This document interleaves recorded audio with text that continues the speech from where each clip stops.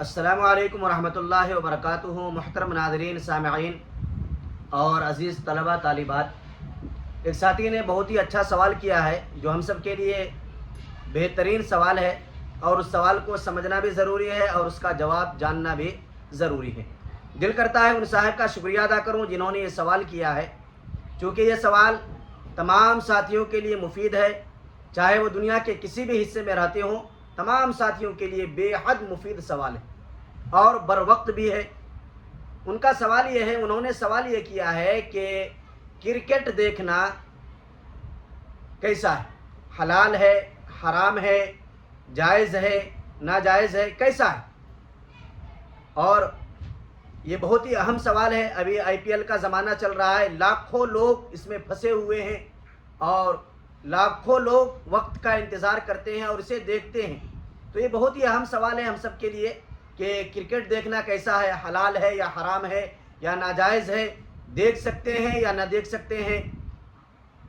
تو اس ساتھی نے بہت ہی اچھا سوال کیا ہے، تو اس کا جواب یہ ہے کہ کرکٹ دیکھنا 3 وجہ سے ناجائز ہے۔ چاہے آپ کرکٹ ٹی وی پر دیکھیں یا موبائل پر دیکھیں، شکل جو بھی ہو، 3 وجہ سے دیکھنا ناجائز ہے۔ نمبر 1، اس میں وقت کا ضیاع ہے، وقت برباد ہوتا ہے۔ نمبر 2، تصاویر کا دیکھنا عملاً مکروہ ہے، اور مستورات عورتوں کی تصویر کا دیکھنا وہ تو ناجائز اور حرام ہے جو اسکرین پر نظر آتا ہے۔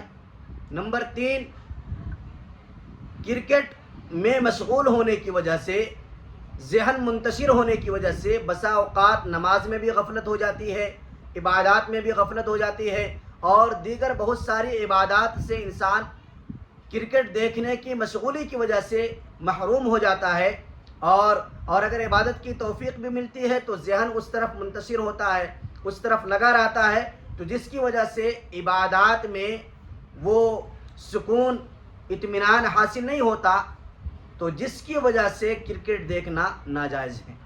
میں درخواست کرتا ہوں تمام ساتھیوں سے کہ میری اس ویڈیو کو ہر ایک ساتھی تک پہنچانے کی کوشش کریں، ہر ایک بھائی کو پہنچائیں، ہر ایک بہن کو پہنچائیں، تاکہ وہ بھی اس چیز کو سمجھیں اور اس عمل سے باز آنے کی کوشش کریں اور اس عمل سے نکل جائیں، تاکہ عبادات میں اور اس عمل کو انجام نہ دینے کی صورت میں اللہ تبارک و تعالیٰ کی خوشنودی حاصل ہو۔